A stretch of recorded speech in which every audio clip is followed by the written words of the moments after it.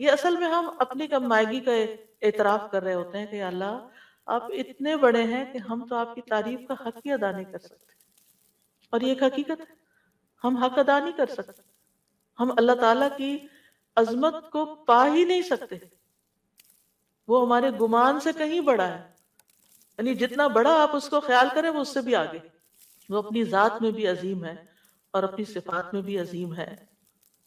پھر ایک اور ورژن ہے سبحان اللہ والحمد للہ ولا الہ الا اللہ واللہ اکبر. اللہ پاک ہے، اسی کی تعریف ہے، اس کے علاوہ کوئی معبود نہیں ہے اور اللہ سب سے بڑا ہے. نبی صلی اللہ علیہ وسلم نے فرمایا جب تم سبحان اللہ کہو گے تو اللہ تعالیٰ کہے گا تم نے سچ کہا. جب تم الحمدللہ کہو گے تو اللہ تعالیٰ فرمائے گا تم نے سچ کہا.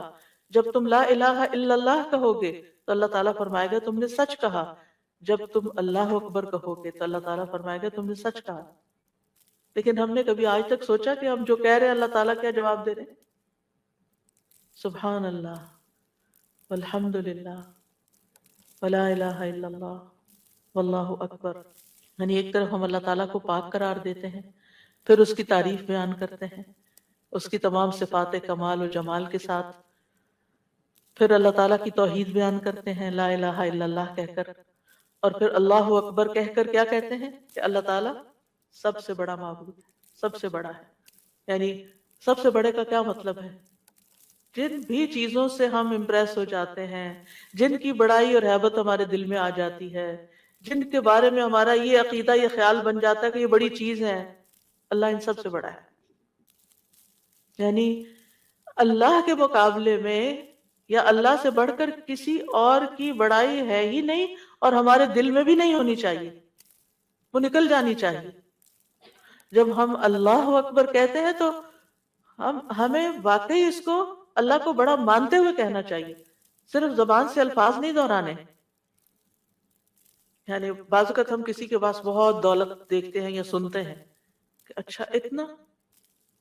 پچھلے دن ایسے ہی کسی کے بارے میں وہ گزرتے گزرتے میں نے دیکھا کہ ان کے پاس فلاں چیز 500 کروڑ کی ہے. ان کا اچھا اب کتنے ہی لوگ ہوں گے کہ جو دیکھ دیکھ کے واو کر رہے ہوں گے کہ 500 کروڑ اوئے ہوئے ہوئے. ایسی یہ انسان کی کمزوری ہے. اپنے جیسے انسانوں کے پاس اگر کوئی چیز دیکھتا ہے، اگر آپ کہیں کہ فلاں کے پاس ایک گھر بھرا ہوا سونے کا ہے، ان کا اچھا ہم دوسروں کے مال و دولت سے امپریس ہو جاتے ہیں. پھر اسی طرح ہم کسی کے علم، کسی کی ڈگریاں، اس کے پاس 4 PhD ہے، اچھا ہم متاثر ہو جاتے ہیں. فلاں اتنا بڑا، فلاں یونیورسٹی کا پروفیسر ہے، فلاں سائنٹسٹ ہے، فلاں شاعر ہے، فلاں ڈاکٹر ہے. یہ ساری چیزیں ہم جب اپنی عام کسی بھی مجلس میں بیٹھ کے آپ لوگوں کی گفتگو کو دیکھیں کہ وہ لوگوں کی بڑائی سے ان کے دل کتنے بھرے ہوئے ہوتے ہیں اور ان کی باتوں کو کتنے غور سے سنتے ہیں. پھر کیا ہم واقعی اللہ تعالیٰ کو بھی ایسی اہمیت دیتے ہیں اور اسی عظمت کے احساس کے ساتھ ہم اللہ تعالیٰ کی تعریف کر رہے ہوتے ہیں یہ صرف الفاظ دہرا رہے ہوتے ہیں؟ تو اللہ سبحانہ و تعالیٰ سب عقل رکھنے والوں سے بڑی عقل رکھتا ہے، سب حکمت والوں سے بڑا حکیم ہے، سب رزق رکھنے والوں سے بڑا رازق ہے، غنی ہے، القدیر ہے، العزیز ہے، الرحیم ہے. پھر ایک اور ورژن ہے تسبیح کا سبحان اللہ و بحمدہ استغفر اللہ و اتوب الیہ. میرے خیال ہے ایک ہمارا کارڈ بھی ہے تسبیحات کا، اویلیبل ہے الحمدللہ. اچھا پیچھے موجود ہے، تو آپ یہ کارڈ ضرور لے لیجئے اور اس کارڈ سے کم از کم یہ سارے ورژنز آپ کو انشاءاللہ مل جائیں گے کہ مختلف الفاظ میں ہم اللہ تعالیٰ کی تسبیح کرتے رہیں جو ہمیں رسول اللہ صلی اللہ علیہ وسلم نے سکھائے ہیں. ہمیں وہ پتہ ہونے چاہیے. ہم اگر ہمیں یاد نہیں، ہمیں سیکوینس نہیں معلوم، سیکوینس تو ہم نے خود ہی بنایا ہے، یعنی ہم پھر مس کر جاتے ہیں نا جب کوئی چیز رینڈملی پڑھ رہے ہوتے ہیں ادھر ادھر سے. لیکن جب ایک چیز آپ کے سامنے ہوگی تو اس کو بھی اس طرح نہیں پڑھنا کہ بس ایک پنچورے کی طرح بس آپ اس کو ایک وظیفے کی کتاب بنا لیں. اس کو بھی ٹھہر ٹھہر کے پڑھنا ہے، محسوس کر کر کے پڑھنا ہے کہ اللہ واقعی بڑا ہے. تو 5واں جو ورژن ہے وہ ہے سبحان اللہ و بحمدہ استغفر اللہ و اتوب الیہ. میں اللہ کی پاکیزگی بیان کرتا ہوں، اس کی حمد کے ساتھ میں اللہ سے بخشش کا طلبگار ہوں اور اسی کی طرف رجوع کرتا ہوں۔ حضرت عائشہ کہتی ہیں کہ رسول اللہ صلی اللہ علیہ وسلم کثرت سے یہ فرمایا کرتے تھے، سبحان اللہ و بحمدہ استغفر اللہ و اتوب الیہ۔ حضرت عائشہ کہتی ہے میں نے پوچھا، اے اللہ کے رسول میں آپ کو دیکھتی ہوں آپ بکثرت یہ پڑھتے رہتے ہیں، تو آپ نے فرمایا میرے رب نے مجھے خبر دی ہے کہ میں جلد ہی اپنی امت میں ایک نشانی دیکھوں گا، اور جب میں اس کو دیکھ لوں تو بکثرت کہوں، یعنی اللہ تعالیٰ کی طرف سے مجھے حکم ملا ہے، وہ نشانی میں دیکھ چکا ہوں۔ اذا جاء نصر اللہ والفتح ورأيت الناس يدخلون في دين الله افواجا فسبح بحمد ربك واستغفر۔ اب یہاں ایک اور چیز کا اضافہ ہوگا، تسبیح بھی، حمد بھی، اور پھر استغفار بھی، اور اسی پر تو اللہ تعالیٰ کی حمد و ثنا کے ساتھ ہمیں استغفار بھی کرنا چاہیے، ساری مشکلات انشاءاللہ آسان ہو جائیں گی۔ چھٹی تسبیح، سبحان اللہ و بحمدہ عدد خلقہ ورضا نفسہ وزنۃ عرشہ ومداد کلماتہ۔ پاکیزگی ہے اللہ کی اس کی تعریفوں کے ساتھ، اس قدر جتنی کہ اس کی مخلوق ہے، اتنی کہ وہ اس سے راضی ہو جائے، اور اس کے عرش کے وزن کے برابر، اور اس قدر جتنی کہ اس کے کلمات کی روشنائی ہے۔ رسول اللہ صلی اللہ علیہ وسلم حضرت جویریہ کے پاس سے نکلتے ہیں صبح کی نماز ادا کرنے کے لیے، وہ اپنی جائے نماز پر بیٹھی ہوئی تھی، پھر دن چڑھے واپس انہی کے پاس تشریف لاتے ہیں، وہ وہیں بیٹھی ہوئی تھی۔ آپ نے فرمایا جس وقت میں تمہارے پاس سے گیا ہوں تم اسی طرح بیٹھی ہو؟ انہوں نے عرض کیا جی ہاں۔ نبی صلی اللہ علیہ وسلم نے فرمایا میں نے تمہارے بعد ایسے 4 کلمات 3 بار کہے ہیں کہ اگر تمہارے آج کے کہے ہوئے کلمات کو ان کے ساتھ وزن کیا جائے تو ان کلمات کا وزن زیادہ ہوگا، اور وہ ہیں سبحان اللہ و بحمدہ عدد خلقہ ورضا نفسہ وزنۃ عرشہ ومداد کلماتہ۔ اللہ سبحانہ وتعالیٰ کی حمد و ثنا، سبحان اللہ و بحمدہ، تسبیح حمد کے ساتھ، کتنی دفعہ؟ عدد خلقہ، اس کی مخلوقات کی تعداد کے برابر، یعنی جتنی بھی اللہ کی مخلوقات ہیں، آپ جانتے ہیں کتنی؟ گن سکتے ہیں؟ گن ہی نہیں سکتے۔ اگر ہم صرف اپنی انگلی کا ایک پور لگائیں مٹی کے اوپر اور اس کے ساتھ جتنے ذرات آئے ہم وہ بھی نہیں گن سکتے، ہم وہ بھی نہیں گن سکتے۔ اور ہر ذرے کے اندر، ہر ایٹم کے اندر پھر الیکٹران پروٹون وغیرہ جو کچھ ہے اس کو گننا چاہیں تو گن ہی نہیں سکتے، ہم نہیں گن سکتے۔ وَمَا يَعْلَمُ جُنُودَ رَبِّكَ إِلَّا هُوَ، صرف وہی جانتا ہے تعداد مخلوقات کی، یہ ستارے، یہ سیارے، یہ گیلیکسیز، یہ زمین، یہ آسمان، یہ سمندر، یہ پہاڑ، ہم تو صرف اس پوری کائنات میں ایک ڈاٹ کے اوپر بیٹھے ہوئے ہیں، اور اس زمین کے اندر جو کچھ ہم اس کو بھی نہیں گن سکتے، کہاں یہ کہ باقی کتنی مخلوقات ہیں۔ تو اس کا یہ مطلب نہیں کہ میں ایک دفعہ سبحان اللہ کہتا ہوں تو اتنی دفعہ ہو جاتا ہے میرا، یہ نہیں ہے اس کا مطلب۔ اس کا مطلب یہ ہے کہ اللہ سبحانہ وتعالیٰ کی اتنی زیادہ تعریف ہے، وہ اتنی تعریف کے لائق ہے، یعنی وہ اتنی تعریف ڈیزرو کرتا ہے جتنی مخلوقات کی تعداد ہے۔ اور آپ کو معلوم ہے وَإِن مِّن شَيْءٍ إِلَّا يُسَبِّحُ بِحَمْدِهِ، کوئی چیز ایسی نہیں جو اس کی تسبیح نہ کر رہی ہو۔ تو سبحان اللہ و بحمدہ عدد خلقہ، یعنی ان ساری مخلوقات کے ساتھ میں بھی شریک ہو رہا ہوں جو اللہ کی تسبیح میں لگی، ایک ایک ذرہ اللہ کی تسبیح کر رہا ہے۔ اس کے لیے تو نہ کوئی کاؤنٹ ہے نہ نمبر ہے، گن ہی نہیں سکتے۔ ہمارے پاس کوئی تسبیح ایسی، ہم 100 دانوں کی تسبیح لے کے خوش ہو جاتے ہیں، ہم تسبیح کر رہے ہیں۔ ایک 100 دفعہ پڑھ لینا، کوئی 100 دفعہ پڑھ لیا، اپنے آپ کو ہی تسلی دے دیتے ہیں۔ آپ دیکھیں کتنی اس کو کیا پرواہ ہماری 100 دفعہ کی، اگر ہم خلوص کے ساتھ نہیں پڑھتے۔ اس کی تو پوری کائنات اور کائنات کی ہر چیز۔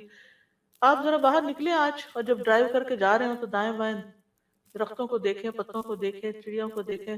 آج صبح اتفاق سے پھر سنو پڑنے لگی تو میں ونڈو سے جب دیکھنے لگی تو پہلا خیال مجھے یہ آیا، یا اللہ، اچھی خاصی پڑھ رہی تھی، اتنے فلیک یعنی اس کے فلیکس ہیں، یہ سارے تسبیح کرتے ہوئے گر رہے ہیں، سجدے میں پڑھ رہے ہیں، سجدے میں پڑھ رہے ہیں، حکم مانتے چلے جا رہے ہیں، مانتے، اور جب تک اللہ کا حکم ہوگا برسیں گے، اور پھر جب ختم ہو جائے گا بس ختم ہو جائیں گے۔ اور تھوڑی دیر کے بعد ان کا وجود بھی ختم ہو گیا. ان کی یعنی انہوں نے اپنے حصے کی تسبیح کر لی. جتنی دیر میں پیدا ہوئے تھے جتنی دیر میں ختم ہوئے اپنی تسبیح کرتے کرتے گئے، آغاز سے انتہا تک. بارش کے قطرے، ہوائیں، اڑتے پتے، یعنی کوئی انتہا ہی نہیں. ہے تو بہت معمولی مثال ہے، اگر انسان غور کرنا شروع کرے تو کوئی اس کی انتہا نہیں. عدد خلقہ، دل بھر کے کہا کریں عدد خلقہ، اور اپنے امیجنیشن کو بڑھائیں. پھر آپ دیکھیں گے کہ آپ کے اندر اللہ کی محبت کیسی آئے گی. تو جس کی تسبیح، جس کی تعریف اتنی کائنات کر رہی، اگر میں نے کوتاہی کی تو سراسر میرا ہی نقصان ہے، اس کا کچھ نہیں بگڑے گا. اس کو پرواہ ہی نہیں ہے میں کرتی ہوں یا نہیں، اس کو نہیں پرواہ. ہاں اگر میں دل سے کرتی ہوں اور محبت سے کرتی ہوں تو وہ بڑا ہی قدردان ہے. پھر اس کے بعد، اور اس میں آپ دیکھیں کہ مخلوقات کی صرف ایک قسم مراد نہیں ہے، جن، انسان، فرشتے، چھوٹے بڑے، جانور، حیوان، پرند چرند، سب کے سب. پھر اس کے بعد وردا نفسی، اور اس کی نفس کی رضا کے مطابق، یعنی جس سے وہ راضی ہو جائے، جتنی اس کے نفس کی رضا ہے، جتنی اللہ تعالیٰ اپنی ذات کے لیے تسبیح کو پسند کرتا ہے. یعنی میرے پاس تو الفاظ ہی نہیں، کیونکہ اللہ کی رضا کیا ہے؟ وَرِضْوَانُ اللَّهِ اکبر، سب سے بڑی چیز ہے اللہ کی رضا. یا انسانیوں کہ میں اللہ کی تسبیح کر رہی ہوں حتیٰ کہ وہ راضی ہو جائے، اور پھر اس کے بعد بھی تسبیح کر رہی ہوں، اس کے بعد بھی حمد ہے، وہ مجھ سے راضی بھی ہو جائے پھر بھی میں مزید کروں گی. یہ نہیں کہ میرا ایم یہ ہے کہ بس اللہ کو راضی کرنا ہے اور راضی ہوگا بس میرا کام ختم. نہیں، اس سے زیادہ، اس سے آگے. وزنت عرشہ، اس کے عرش کے وزن کے برابر. یعنی میں اتنی حمد اور تسبیح بیان کر رہی ہوں جتنا عرش کا وزن ہے. عرش ساری مخلوقات میں سے سب سے بڑی چیز ہے. وَهُوَ رَبُّ الْعَرْشِ الْعَظِيمِ. ابو درداء کہتے ہیں نبی صلی اللہ علیہ وسلم نے فرمایا، ابو ذر کہتے ہیں نبی صلی اللہ علیہ وسلم نے فرمایا، اے ابو ذر، کرسی کے مقابلے میں 7 آسمان اس طرح ہے جیسے بیابان زمین میں کوئی چھلا پڑا ہوا ہو. پھر کرسی کے مقابلے میں عرش کا حجم اتنا ہے جیسے اس چھلے کے مقابلے میں بیابان کا وجود ہے. سبحان اللہ. اگر کرسی جو وسع کرسی السماوات والارض ہے، اس کی حیثیت اتنی ہے عرش کے سامنے جیسے زمین و آسمان کی کرسی کے سامنے، تو پھر عرش کتنا بڑا ہوگا. اور آپ کو معلوم ہے کہ اس کی مقدار کو اللہ کے سوا کوئی نہیں جانتا. تمام مخلوقات سے اونچا ہے وہ. یعنی مخلوقات کے بعد جو ہے وہ پانی ہے، آسمان ہے، اور آسمان کے بعد پانی، اور پانی کے بعد اوپر اللہ سبحانہ و تعالیٰ کا عرش ہے. یعنی آسمان کے بعد جنت کے 100 درجے ہیں، اور ہر درجے کا درمیانی فاصلہ جو ہے وہ اتنا ہی ہے جیسے زمین اور آسمان کے بیچ کا فاصلہ. اور جنت الفردوس کی چھت اس کے اوپر عرش ہے. اس لیے حضرت آسیہ نے کہا تھا رب ابن لی عندک بیتن فی الجنہ، کہ قرب ہی قرب ہو، کیونکہ اس قرب میں لذت ہے، اس کو قریب محسوس کرنے میں اصل مزہ ہے. اور حقیقت یہ ہے کہ اس دنیا میں سب سے زیادہ خوبصورت احساس، سب سے زیادہ لذت والی چیز رب کی معرفت ہے. یہ سب سے بڑی حقیقت ہے، سب سے بڑا ٹروتھ ہے. جو اپنے رب کو پا لیتا ہے اور اپنے رب کے قرب کو محسوس کر لیتا ہے، پھر اس کے سامنے دنیا کی ہر نعمت چھوٹی ہو جاتی ہے، ہر مسئلہ چھوٹا ہو جاتا ہے، کیونکہ اس نے پا لیا ہے جس کو پانا چاہیے تھا، جس کے لیے وہ بھیجا گیا تھا دنیا میں، اس نے اس کو پا لیا ہے. تو بہرحال اللہ تعالیٰ کے عرش کے وزن کے برابر اس کی حمد و ثنا. وَمِدَادَ كَلِمَاتِهِ، کلمات سے مراد اللہ کا وہ کلام ہے جس کے ساتھ اللہ نے اپنے رسولوں کے ساتھ کلام کیا، جو کتابوں کی شکل میں اتارا، جو اس کے لوح محفوظ میں ہے. یہ کلام، اس کی وسعت کیا ہے؟ قرآن مجید میں آتا ہے قُلْ لَوْ كَانَ الْبَحْرُ مِدَادًا لِكَلِمَاتِ رَبِّهِ لَنَفِدَ الْبَحْرُ قَبْلَ أَن تَنْفَدَ كَلِمَاتُ رَبِّي وَلَوْ جِئْنَا بِمِثْلِهِ مَدَدًا. کہہ دیجئے اگر سمندر میرے رب کی باتوں کے لیے سیاہی بن جائے تو یقیناً سمندر ختم ہو جائے گا اس سے پہلے کہ ہمارے رب کی بات، اس سے پہلے کہ میرے رب کی باتیں ختم ہوں، اگرچہ ہم اس کے برابر اور سیاہی لے آئے. دوسری جگہ پر آتا ہے 7 ابحر، 7 سمندر بھی مزید آ جائیں تو خشک ہو جائیں گے لکھ لکھ کر، لیکن رب کے کلمات ختم نہیں ہوں گے، اس کے برابر اللہ کی تعریف۔ اور یہاں پر ایک طرح سے بطور مبالغہ سب چیزوں کی مثال دی گئی ہے، ورنہ اللہ کی تعریف تو اس سے بھی زیادہ، اس کا تو کوئی شمار ہی نہیں کر سکتا۔ پھر ہم اپنی ساری زندگی میں کتنی تسبیح کر رہے ہیں، کیا کر لیا ہم نے؟ کچھ بہت بڑا مارکا مان لیا۔ پھر کس بات کا غرور، کس بات کا تکبر کہ ہم کیا چیز ہیں، ہم کتنے نیک ہیں، یہ تو خیال آنا بھی نہیں چاہیے۔ حاملین عرش، جو فرشتے عرش اٹھائے ہوئے ہیں، وہ اللہ تعالیٰ کی تسبیح بیان کرتے ہیں اور کہتے ہیں ما عبدنا کا حق عبادت، ہم نے آپ کی عبادت کا حق ہی ادا نہیں کیا۔ وہ اللہ کی عظمت کو جانتے ہیں نا، اس لیے کہتے ہیں کہ ہم نے عبادت کا حق ادا نہیں کیا۔ ہم اللہ تعالیٰ کی عظمت کو نہیں جانتے، ہم اللہ کی معرفت نہیں رکھتے، لہٰذا ہم بڑی تسلی میں ہیں کہ ہم نے تو عبادت کر لی، ہم تو ساری نیکیاں کر لیں، یہ بھی کر لیا، یہ بھی کر لیا، یہ بھی خانے پورے کر لیے۔ ساتویں حمد، اللہ اکبر کبیرہ والحمد للہ کثیرہ وسبحان اللہ بکرۃ واصیلا۔ بہت ہی خوبصورت کلمات ہیں۔ اللہ سب سے بڑا ہے، بہت بڑا، اور تمام تعریف اللہ کے لیے ہے، بہت زیادہ، اور تسبیح اللہ ہی کے لیے ہے صبح اور شام۔ ابن عمر کہتے ہیں ہم رسول اللہ صلی اللہ علیہ وسلم کے ساتھ نماز پڑھ رہے تھے کہ لوگوں میں سے ایک آدمی نے کہا اللہ اکبر کبیرہ والحمد للہ کثیرہ وسبحان اللہ بکرۃ واصیلا، تو رسول اللہ صلی اللہ علیہ وسلم نے فرمایا یہ اس طرح کے کلمات کہنے والا کون ہے؟ تو لوگوں کی جماعت میں سے ایک آدمی نے عرض کیا اللہ کے رسول میں ہوں۔ آپ نے فرمایا کہ مجھے تعجب ہوا کہ اس کے لیے آسمان کے دروازے کھول دیے گئے، یعنی ان کلمات کے لیے جو اس محبت اور شوق سے اس نے پڑھے۔ ابن عمر کہتے ہیں میں نے ان کلمات کو پھر کبھی بھی نہیں چھوڑا۔ افسوس کہ ہمیں زندگی میں بڑی دیر سے پتہ چلا ہے، اور جو ہم نے دعائیں رٹی ہوئی ہیں ان کو ہم آٹو پہ لگا کے شروع کر دیتے ہیں اور بھول جاتے ہیں کہ ہم بھی اللہ اکبر کہہ کے سب سے پہلے ہاتھ باندھ کر اللہ کی تکبیر بیان کریں۔ لیکن انشاءاللہ اگر کوشش جاری رہی تو عادت بھی ہو جائے گی۔ وہ کہتے ہیں جب سے میں نے رسول اللہ صلی اللہ علیہ وسلم سے یہ بات سنی کہ اس کے لیے آسمان کے دروازے کھول دیے گئے، میں نے اس کو چھوڑا ہی نہیں، اور ہم نے کبھی اس کو پڑھا ہی نہیں۔ علم ہونے اور نہ ہونے میں بہت بڑا فرق ہے۔ ہم دو چار باتیں جان لیتے ہیں تو ہم سمجھتے ہیں ہم نے سب کچھ سیکھ لیا، اور کیا سیکھنا ہے، اس کی ضرورت محسوس نہیں کرتے۔ تو بہرحال اس میں اللہ تعالیٰ کی بہت زیادہ بڑائی کا اظہار ہے، اس کی تعظیم ہے، اس کی بہت زیادہ تعریف ہے، اور اس کی تسبیح ہے صبح و شام۔ اور ساتویں تسبیح سبحانک اللہم و بحمدک و تبارک اسمک و تعالی جدک و لا الہ غیرک۔ اے اللہ تو پاک ہے اپنی تعریف کے ساتھ، تیرا نام بڑی برکت والا ہے، تیری بزرگی بلند و برتر ہے، تیرے علاوہ کوئی الہ نہیں۔ رسول اللہ صلی اللہ علیہ وسلم نے فرمایا بے شک اللہ کو سب سے زیادہ محبوب کلام یہ ہے کہ بندہ یوں کہے سبحانک اللہم و بحمدک و تبارک اسمک و تعالی جدک و لا الہ غیرک۔ اور اس میں اللہ تعالیٰ کے نام کی خیر و برکت کا ذکر بھی ہے، تبارک اسم ربک، تبارک اسمک۔ پھر آٹھویں تسبیح سبحان اللہ لا شریک لہ لہ الملک و لہ الحمد وہو علی کل شیء قدیر لا حول ولا قوة الا باللہ سبحان اللہ و بحمدہ۔ ابو ذر کہتے ہیں آپ صلی اللہ علیہ وسلم نے فرمایا اللہ کے نزدیک محبوب ترین کلام یہ ہے۔ نویں تسبیح اللہم لک الحمد کلہ و الیک یرجع الامر کلہ۔ اے اللہ تیرے ہی لیے سب تعریف ہے، اور تیری ہی طرف سب کام لوٹتے ہیں۔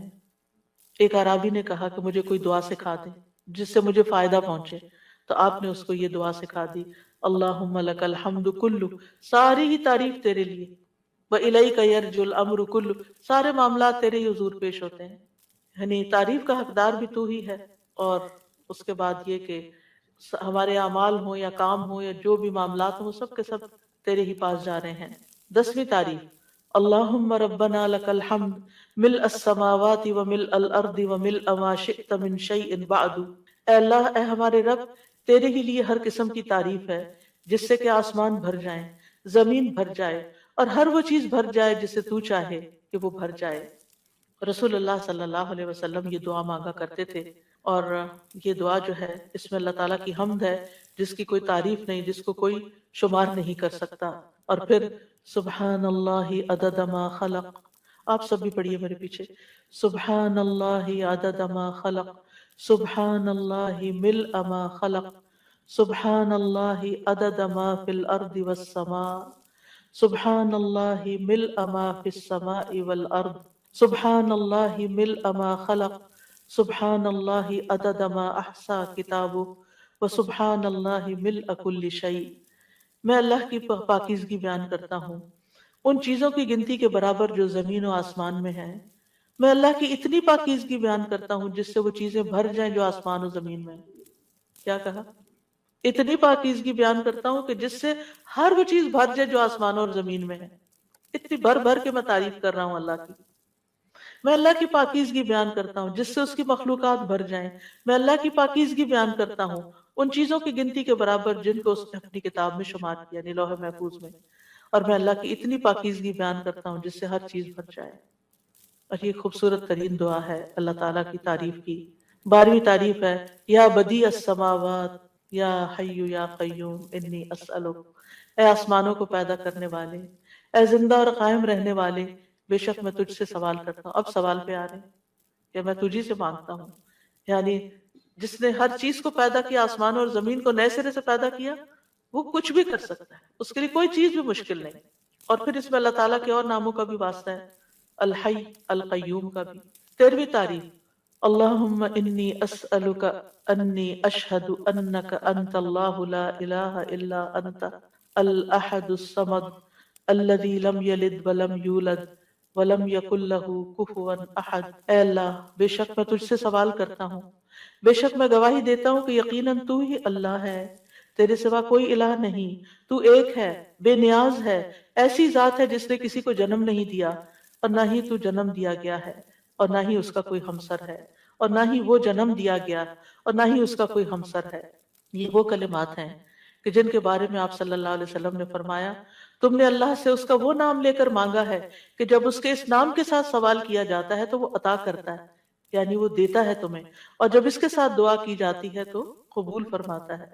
اور پھر 14ویں تعریف اللہم انی اسألک بأن لک الحمد لا الہ الا انت وحدک لا شریک لک المنان بدیع السماوات والارض ذی الجلال والاکرام۔